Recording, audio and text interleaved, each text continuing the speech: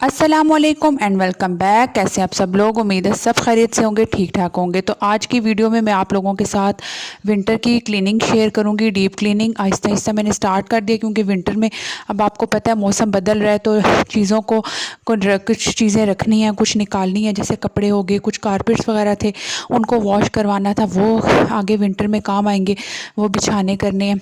तो बस इस तरह से क्लीनिंग स्टार्ट। और अच्छा, आगे मैं आप लोगों के साथ एक ना टिप शेयर करने लगी हूँ।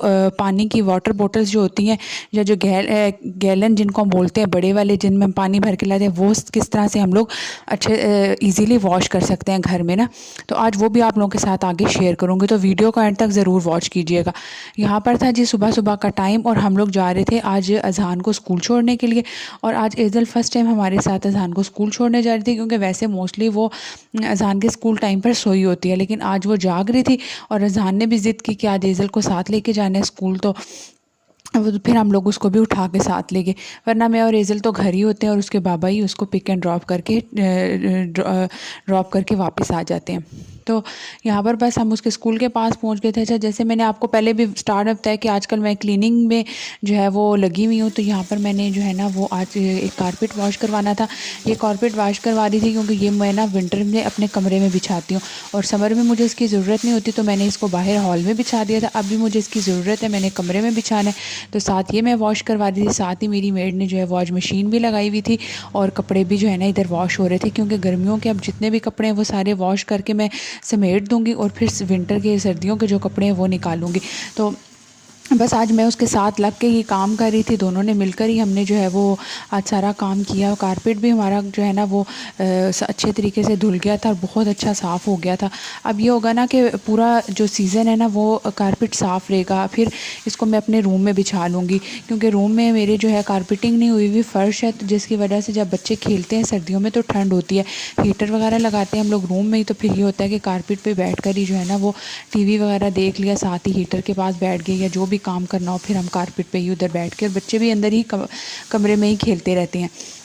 तो आज ये वॉश करवाना भी बहुत ज़रूरी था, क्योंकि अब मौसम बदल रहा है तो फिर एकदम ठंड हो जाएगी। वो जो तेज़ धूप होती है जो इनको कारपेट वगैरह धोने के लिए उनको लग जाए ना धूप, जिससे वो अच्छे से जो है ड्राई हो जाते हैं, तो वो मैंने सोचा आज ये भी कर लें। अभी एक और मेरा कारपेट रहता है धोने वाला, वो हमें ये वाला ड्राई हो जाएगा, फिर उसके बाद उसको धोएंगे, क्योंकि एक साथ दो धोना मुश्किल हो रहा था।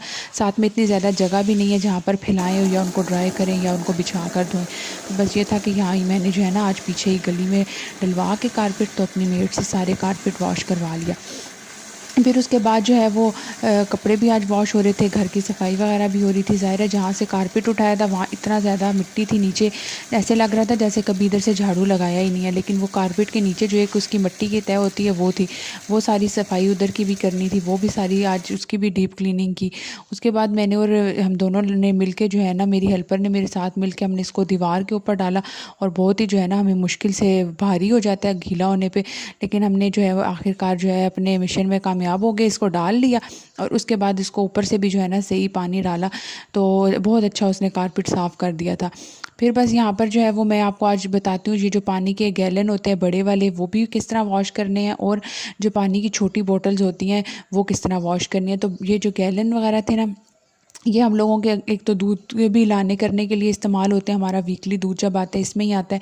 उसके अलावा जब हम लोगों का जो है ना ट्यूबवेल से हम वो फ़िल्टर से हम जब पानी लेने जाते हैं तो हम इन्हीं गैलन में लेकर आते हैं, और ये अक्सर इनमें जो है ना पानी के निशान दाग वगैरह रह जाते हैं और ये साफ़ नहीं होते ईज़िली। इनको साफ़ करने का आज ईज़ी से तरीका आप लोगों के साथ शेयर करती हूँ। और इसी तरह मैंने ये वाटर बॉटल जो है ये भी मैंने ऐसे ही साफ़ किया। अच्छा, मैंने इसमें डाला है सिरका, सोडा और लिक्विड जो होता है मैक्स बार लिक्विड, वो तीनों चीज़ें डाल के इन सारी बोतल्स को मैंने डिप कर दिया। ये प्रोसीजर आप रात को भी कर सकते हैं, रात में आप बेशक इनको डिप करके रख लें ताकि नेक्स्ट डे सुबह हर इनका जो गंद वंद इनके साथ लगा है वो अच्छे तरीके से जो है ना इनका उतर जाएगा। लेकिन मैंने ये सारा काम सुबह ही किया था, और पहले मैंने सुबह इनको डिप कर दिया था, उसके बाद जब अपने काम ख़त्म कर लिया तो दिन में मैंने इनको अच्छे तरीके से वॉश कर लिया। अब वही जो लिक्विड मैंने बनाया था ना, वो बोतल से थोड़ा सा मैंने प्लेट में निकाल लिया किसी बर्तन में, और उसमें स्पंज गीला कर करके इनको बाहर से और हर जगह से इनके ढक्कन वक्कन हर जगह से अच्छे तरीके से इसको स्कॉच ब्राइट के साथ साफ़ कर लेंगे। अब मैं आप लोगों को दिखा रही थी आगे, आपने देखा भी होगा बॉटल किस कदर गंदी थी और इतनी जल्दी वो साफ़ हो गई, उनमें इतनी शाइन आ गई, इतनी अच्छे से चमक गई। आजकल देखिए महंगाई इतनी हो रही है, रोज़ रोज़ ये बॉटल फेंकी तो नहीं जा सकती, ना नई खरीदी जा सकती है कि ये जी गंदी हो गई इसको फेंक दो। इनको धो भी सकते हैं, इनका धोने के लिए बस ये देखें इतनी अंदर से ये शाइन कर रही थी। और मैंने पूरे जो है ना समर में यही बॉटल्स यूज़ करती रही हूँ, पानी भर के फ्रिज में रख दिया, कोई बाहर मांगे कुछ हो, मैं यही बॉटल से पानी वगैरह देती थी। इसी तरह बड़े गैलन थे जो मेरे फ़िल्टर से पानी आता था उसके लिए भी। और ये देखिए उनके जो है ना गैलन अंदर से तो धुल जाता था, लेकिन जो इसकी ये हैंडल्स है ना इसके अंदर बहुत ज़्यादा गंद जमा हो जाता था। यहाँ पे मैंने एक पुराना कपड़ा सा ले लिया पतला सा, और इसको मैंने एक पतली छुरी या किसी चम्मच के पिछले हिस्से से आप इसको ना इसके अंदर करेंगे। अच्छा, जब पूरा दिन ये उस सिरके में डिप रहा है ना, और वो जो हमने बनाया था सिरके वाला और सोडे का लिक्विड सा, जो उसमें अगर ये पूरा दिन बॉटल्स डिप रही हैं, मैं इनको थोड़ी थोड़ी देर बाद ऊपर नीचे इनकी जगह बदलती रहूँ। इस वजह से इनका सारा जो गंद था ना वो बहुत सॉफ्ट नरम हो गया था। बिल्कुल हल्का सा मैंने इनको कपड़े से वो किया तो ये बिल्कुल जो है ना साफ़ सुथरी हो गई थी, नई की तरह बिल्कुल। तो ये है कि खुशबूदार हो गई थी, बहुत अच्छी साफ़ हो गई थी। अब इनमें से हर किस्म के जरासीम वगैरह भी जैसे ना ख़त्म हो गए थे।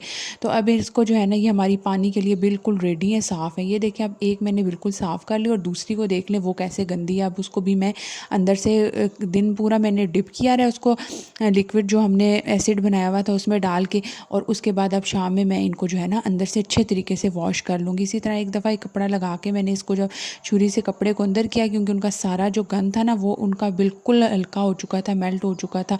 बस एक दफ़ा मैंने कपड़ा गुजारा है तो वो बिल्कुल साफ़ सुथरी होगी। तो इतना क्विकली तरीका है ना, इतना अच्छा तरीका है कि ये रोज़ रोज़ गैलन फेंक दो या इनको ख़राब कर दो या पानी की बोतल डिस्कार्ड कर दो, उससे बेहतर ये है कि आप इनको ना थोड़ी सी मेहनत करें और आपकी चीज़ बिल्कुल नए की तरह चमक जाएगी। तो ये देखिए जी किस तरह से मेरी सारी चीज़ें चमक रही थी। तो ये बस आजकल मैं इसी क्लीनिंग वगैरह में लगी हुई हूँ। और ये थी मेरी आज की छोटी सी वीडियो, उम्मीद है अच्छी लगेगी। मुझे दे इजाज़त, चलती हूँ, अल्लाह हाफ़िज़।